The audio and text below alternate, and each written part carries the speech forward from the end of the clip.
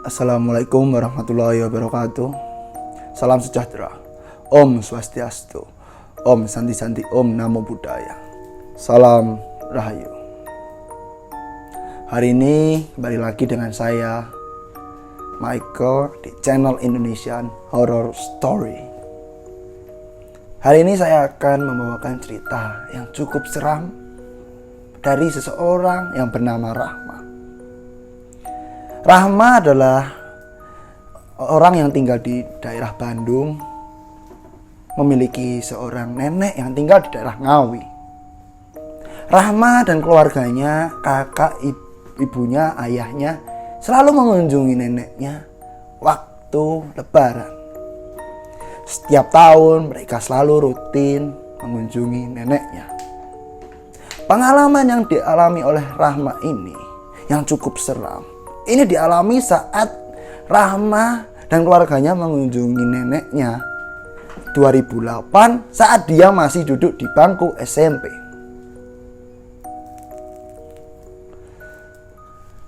Saat itu Rahma mengunjungi neneknya ini tidak pas hari Lebaran karena ayahnya ini cukup sibuk waktu itu, sehingga dia datang setelah hari Idul Fitri. Sebelum ke cerita menyeramkan oleh Rahma, kita flashback dulu oleh kejadian yang pernah terjadi dengan keluarga Rahma ini tahun 2007. Jadi saat 2007 ini Rahma dan keluarga seperti biasa hari Lebaran ke rumah neneknya. Rumah neneknya ini cukup luas. Kamarnya ada 5 dan letaknya tuh jejer semua. Mereka saat tinggal di situ selalu tidur di kamar nomor 3. Di sebelah rumah neneknya ini tuh ada jalan setapak dan di sebelahnya lagi ada kebun jagung. Saat itu mereka ke rumah neneknya seperti biasa menjalani rutinitas hari Lebaran. Dan pada suatu hari di rumah neneknya itu, ibu dan kakaknya di tengah malam saat tidur ini terbangun. Mereka terbangun karena menyadari ada seseorang yang datang ke kamar mereka. Saat mereka bangun, mereka melihat ada nenek-nenek tua dengan wajah yang rata. Pengalaman ini dialami oleh ibu dan kakaknya di hari yang berbeda. Jadi di hari sebelumnya ini ibunya dulu. Dan hari esoknya kakaknya Rahma juga mengalami. Rahma mendengar cerita itu, ya bisa dibilang takut, tapi tidak terlalu takut. Esoknya dia menjalani hari seperti biasa dan malamnya tertidur bersama seperti biasa. Saat ia tidur seperti biasa itu, di jam yang sudah larut malam, Rahma tidak tahu jamnya jam berapa. Dia terbangun. Ia terbangun karena terganggu. Ada suara orang yang melangkahkan kaki di jalan setapak di belakang rumah neneknya. Rahma terbangun dan mendengarkan suara langkah kaki itu. Ia pikir ini adalah suara kaki dari orang-orang yang hendak berangkat ke sawah. Karena memang seperti wajarnya saja, orang yang berangkat ke sawah ini pasti berangkat lebih pagi, di larut-larut malam seperti itu. Rahma terus mendengarkan langkah kaki itu dan ia terkejut karena langkah kaki itu berhenti di jendela kamar Rahma. Rahma ini mulai ketakutan. Saat ia mulai ketakutan dan mulai mencoba tidur lagi, terdengar suara khas kuntilanak sedang tertawa. Ia coba memejamkan matanya namun tidak bisa. Dan secara tidak sengaja ia melihat ke langit-langit. Ada seperti kain putih yang melewati si Rahma ini. Setelah itu ia lupa kejadian selanjutnya. Karena ia merasa mungkin saat itu ia pingsan. Itulah pengalaman sebelum 2008. Pada tahun 2007 mereka sudah mengalami pengalaman seram seperti itu. Namun mereka tidak mengambil pusing. Karena mungkin saja ada sosok-sosok yang mengganggu. Tahun 2008, Rahma kembali ke rumah neneknya di hari setelah Lebaran. Mereka setelah silaturahmi ke rumah saudara-saudaranya yang berada di daerah Ngawi itu. Setelah itu mereka menjalani rutinitas seperti biasa dan tidur di kamar nomor 3 lagi. Tidak ada kejadian aneh selama beberapa hari Rahma tidur di situ. Hingga suatu malam, saat Rahma ini tertidur, ia bermimpi. Ia sedang ada di dapur rumah neneknya. Dan di situ ada seorang wanita berambut panjang sedang di dapur. Wanita itu mengenakan kain putih. Rahma menyadari kalau itu adalah bukan sosok manusia. Rahma ini ketakutan, hendak berlari dan berteriak, namun tidak bisa. Hingga akhirnya dia terbangun dari mimpinya dan bersyukur yang ia alami hanya mimpi. Beberapa saat ia menenangkan diri dan ia tertidur lagi. Namun saat ia tertidur lagi ini, lagi-lagi Rahma bermimpi lagi. Ia melihat wanita tadi sedang di dapur. Namun di mimpi keduanya ini, Rahma melihat sosok itu berjalan mendekati dia sambil membawa obor. Rahma ini ketakutan hingga sosok itu sangat dekat dengan Rahma. Rahma terjatuh dan hendak lari atau berteriak pun tidak bisa.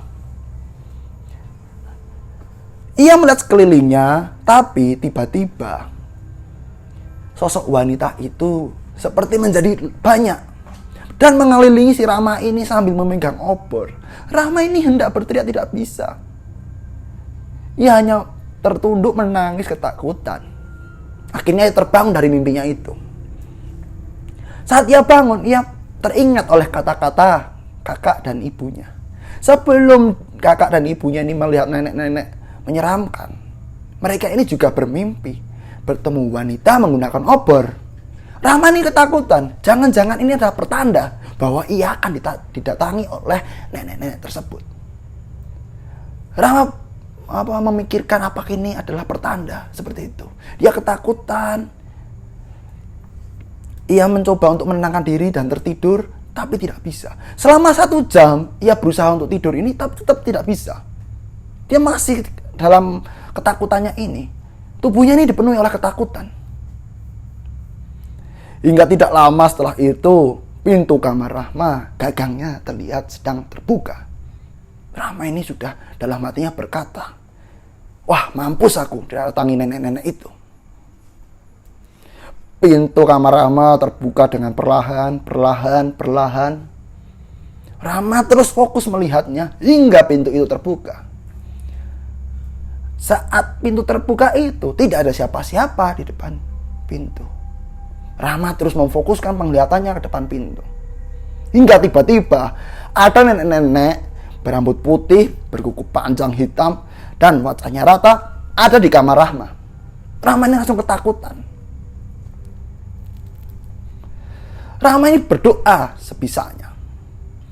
Dan nenek-nenek itu menghampiri si Rahma dan menaiki ranjang si Rahma. Hingga seolah-olah nenek-nenek itu hendak mencekik Rahma. Rahma ini sangat ketakutan. Dia mencoba untuk berteriak membangunkan ibunya, tapi tidak bisa. Dia terus-terus berdoa dalam hatinya. Hingga ia teringat, tadi dia menyimpan Al-Quran di dekat bantalnya. Dia mengambil Al-Quran itu dan dipegangi Al-Quran itu. Dia terpejam untuk beberapa saat ia membuka matanya, sosok itu sudah tiada. Ia menangis jadi-jadinya setelah itu. Hingga tangisannya membuat ibunya ini terbangun. Dan menanyai, kenapa kamu nangis? Rahma ini langsung mengajak ibunya untuk pulang saja. Ibunya berkata, ya udah nanti pagi kita pulang. Rahma menceritakan kejadian seram itu kepada ibunya. Dan ibunya ini menemani si Rahma hingga ia tertidur. Pagi harinya ini mereka berencana untuk pulang saja karena Rahma sudah ketakutan. Rahma bercerita kepada ayahnya soal pengalaman seramnya ini yang dialaminya. Rahma bercerita seperti itu, ternyata ayahnya ini juga pernah mengalami kejadian serupa. Jadi pada suatu saat ayahnya ini hendak ke rumah neneknya Rahma bersama seorang sahabatnya. Sahabatnya bernama Hadi. Mereka berangkat berdua dari Bandung ke Ngawi untuk urusan bisnis. Mereka memutuskan untuk tinggal di rumah nenek si Rahma ini. Mereka berdua setelah menyelesaikan urusannya tidur di kamar seperti biasa. Hingga tengah malam sahabatnya ayahnya ini terbangun karena ingin kencing. Si Hadi ini berangkat keluar dari kamar dan menuju kamar mandi. Kamar mandinya ini berada di dapur yang cukup luas. Jadi dapur rumah nenek si Rahma ini luas, sangat-sangat luas. Jadi untuk menuju kamar mandi memerlukan waktu yang cukup banyak. Hadi berjalan sendirian di tengah gelapnya malam, terus berjalan hingga ia sampai ke dapur. Di dapur ini ada tumpukan beras yang emang disediakan untuk cadangan makan. Hadi melewati tumpukan beras itu hingga ia terhenti karena dia menyadari ada sesuatu di tumpukan beras itu. Ia melihat ke arah tumpukan beras itu dan benar di atas tumpukan beras itu ada nenek-nenek tua sedang duduk berwajah rata sedang melihat ke Hadi. Karena ada penampakan itu, Hadi langsung lari kembali ke kamar dan mengajak ayah si Rahma untuk pulang saja malam itu. Itulah cerita seram dari Rahma. Pengalaman yang sampai hari ini Rahma ini tidak bisa lupa. Pengalaman ini sampai detik ini Rahma dan keluarganya ini masih sering membahas. Dan cukup membuat mereka takut saat tidur di rumah neneknya. Namun untungnya sampai saat ini tidak lagi tuh nenek-nenek itu hadir. Kita sebagai manusia memang harus menjaga sikap dimanapun kita berada. Karena sosok-sosok tak kasat mata atau sosok-sosok gaib ini memiliki tempat dimanapun itu. Di rumah siapapun itu, di tempat kosong atau di tempat yang ada orangnya pun pasti ada semua. Maka dari itu kita harus menjaga sikap kita dan tutur kata kita. Sampai bertemu di video Indonesian Horror Story selanjutnya. Jangan lupa subscribe, like, dan share. Salam Rahayu.